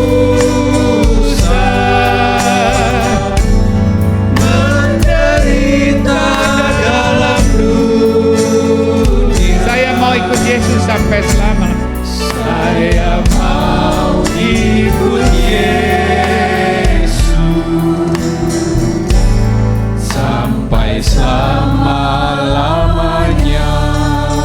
Tuhan, itulah nyanyian kami dan doa kami. Engkau adalah pengharapan dalam hidup kami, ada kepastian di dalam Engkau di tengah-tengah misteri kehidupan. Tuhan sanggup menyelesaikan masalah kami seberat apapun itu, apa yang sudah kami sampaikan dalam doa pribadi kami. Tapi sekalipun jawaban doa yang kami panjatkan berbeda dengan apa yang kami minta, sekalipun kami akan terus ada di dalam api itu, kami hanya mau menyembah Engkau Tuhan dan Allahku. Mampukan kami setia mengikut Engkau sampai selama-lamanya. Terima kasih Tuhan Yesus, terima kasih. Terima kasih untuk firman-Mu yang sudah Engkau sampaikan bagi setiap kami. Kiranya itu boleh menjadi jawaban bagi kami secara pribadi, keluarga demi keluarga, bahkan gereja Tuhan, GBI Gerah Okos Junction di tempat ini. Terima kasih Bapak, terima kasih. Mampukan kami menjadi pelaku-pelaku firman-Mu. Dalam Kristus Yesus Tuhan, kami sudah berdoa, memohon dan mengucap syukur. Yang percaya sama-sama katakan amin. Terima kasih, silakan duduk. Tuhan Yesus memberkati.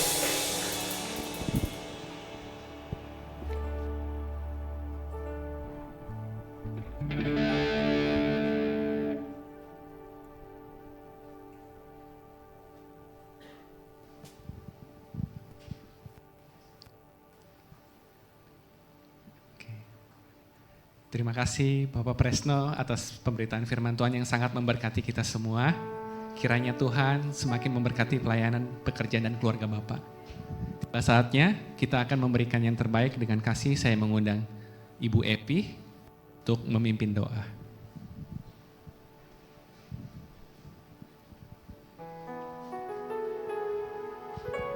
Mari Bapak Ibu kita bersatu dalam doa. Tuhan, terima kasih untuk firman-Mu pada pagi hari ini. Tuhan memberkati Pak Presno yang telah menyampaikan berkat firman-Mu ya Bapak. Kau pakai dalam setiap pelayanannya Tuhan, dimanapun Pak Presno melayani, biarlah hanya nama-Mu saja yang dipermuliakan. Juga Tuhan memberkati keluarganya, memberkati anak istrinya ya Tuhan, dan Tuhan juga memberkati pekerjaannya. Tuhan, sebentar kami akan memberikan persembahan. Tuhan memberkati tangan-tangan yang akan memberi. Apapun yang kami kerjakan Tuhan, biarlah Engkau buat kami berhasil ya Bapa. Juga Kau memberkati persembahan ini, sucikan dan kuduskan. Dan persembahan ini menjadi berkat untuk gereja di tempat kami ini, untuk memperluas pelayanan-Mu dimanapun kami melayani. Terima kasih ya Tuhan, kami siap memberi hanya di dalam nama Tuhan Yesus Kristus. Haleluya, amin. Selamat memberi, Tuhan Yesus memberkati.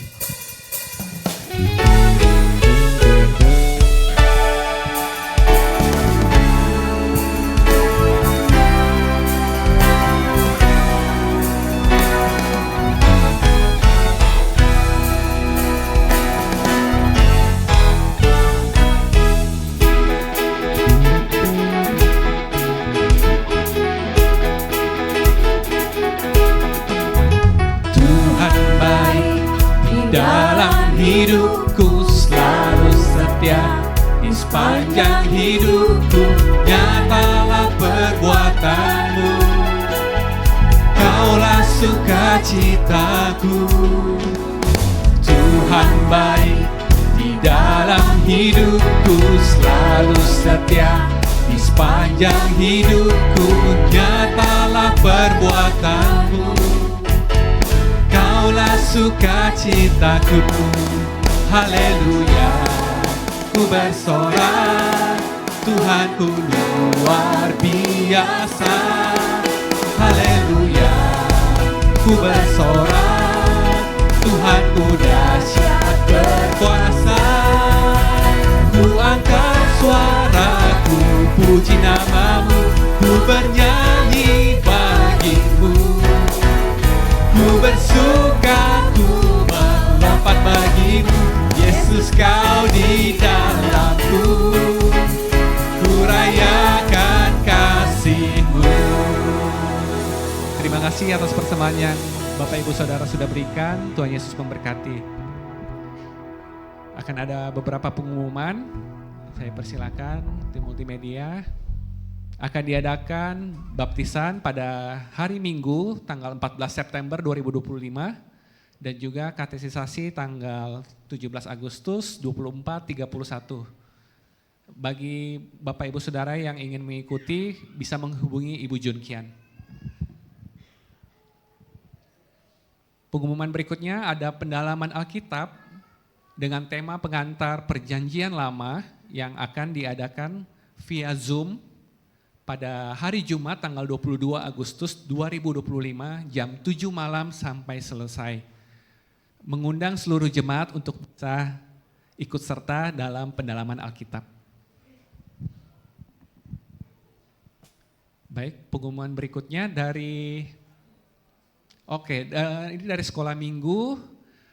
Minggu depan sekolah minggu akan diadakan di ruang ibadah sekolah minggu jam 8:30. Bagi orang tua mohon mengingatkan kembali anak-anaknya dan mempersiapkannya. Ikut saya mengundang Ketua Panitia 17 Agustus kita. Oke, shalom Om Tante Saudara sekalian. Hari ini udah tanggal 10, gak kerasa ya di bulan Agustus tanggal 10. Minggu depan udah tanggal 17 Agustus 2045 kita memperingati Hari Kemerdekaan HUT RI yang ke-80. Nah, kita akan adakan lombanya apa aja. Di situ ada makan kerupuk, ada estafet sarung, ada goyang kardus, cerdas merdeka, dan kostum terbaik. Aku mengundang semuanya untuk bisa ikut hadir dalam ibadah 17 Agustus nanti dan ikut memeriahkan keseruan acara lomba nanti. Nah, untuk semua ini adalah lomba kelompok kecuali lomba kostum terbaik. Lomba kostum terbaik itu adalah lomba individu, jadi kita mempersiapkan kostum yang akan dipakai selama ibadah berlangsung nanti. Dan itu bakal dinilai siapa yang pemenangnya gitu. Nah, mungkin ini adalah salah satu contoh video yang bakal diputar, contoh kostum terbaik, boleh.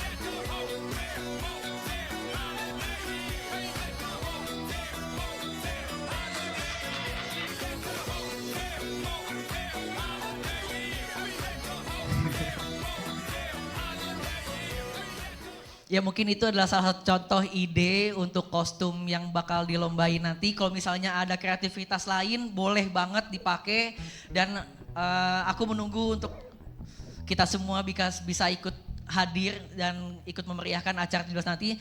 Dan untuk perhatian untuk minggu depan karena acaranya mungkin banyak, kita akan mulai ibadah itu startnya jam 8:30 dan nanti flyernya akan diumumin lagi di grup Oikosnya masing-masing dan di grup besar COC. Terima kasih. Mari Bapak Ibu kita meramaikan acara 17 Agustus minggu depan.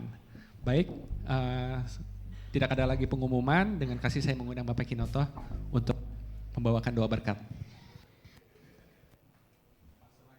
Terima kasih Pak untuk waktunya, meluangkan waktu melayani di tempat ini. Tuhan memberkati pelayanan Pak Saragi. Teman-teman yang melayani pada ibadah minggu pagi hari ini, terima kasih atas waktu, atas komitmen teman-teman melayani bersama. Tuhan memberkati kita semua. Bapak Ibu, ibadah kita telah selesai, kita bangkit berdiri bersama-sama.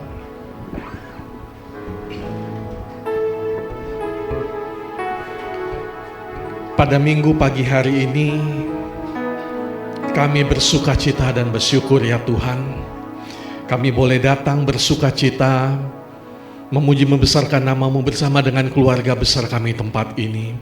Kami merasakan kasih Tuhan meneguh setiap kami, menguatkan setiap kami lewat penyampaian firman Tuhan yang Tuhan sampaikan lewat hamba-Mu Pak Saragi di tempat ini.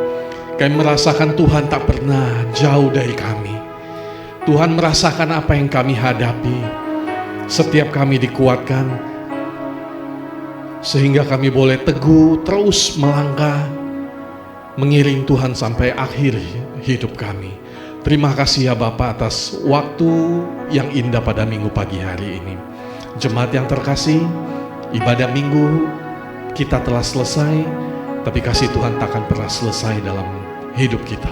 Pulanglah dan terimalah berkat dari Tuhan. Tuhan memberkati engkau dan melindungi engkau. Tuhan menghadapkan wajahnya kepadamu dan memberi engkau kasih karunia. Tuhan menghadapkan wajahnya kepadamu dan memberi engkau damai sejahtera. Terimalah perlindungan dari Allah Bapa.